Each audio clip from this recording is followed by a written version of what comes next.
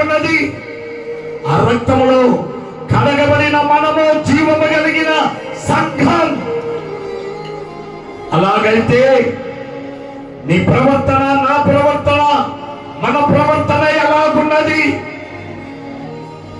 సత్యములకు స్తంభమును ఆధారమై ఉన్నామా?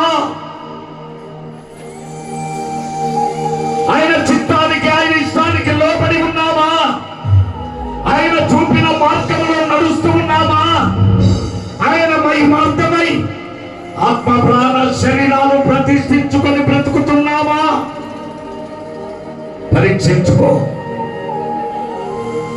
అంతేకాదు సుమా, ఏక మనసు, ఏకాత్మ, ఏక హృదయం కలిగి సంఘమంతా ఉండాలని దేవుని వాక్యం సెలవిస్తుంది. ఉన్నావా? ద్వేషించే వారి కోసం విజ్ఞాపన చేయాలి. ఉందా ఇలాంటి మనసు? ఏక మనసు, ఏకాత్మ, ఏక హృదయం కలిగిన వారమై ఉండాలని దేవుని వాక్యం సెలవిస్తూ ఉండగా ఎటువంటి మార్గంలో ఉన్నావు? ఎటువంటి అనుభవంలో ఉన్నావు?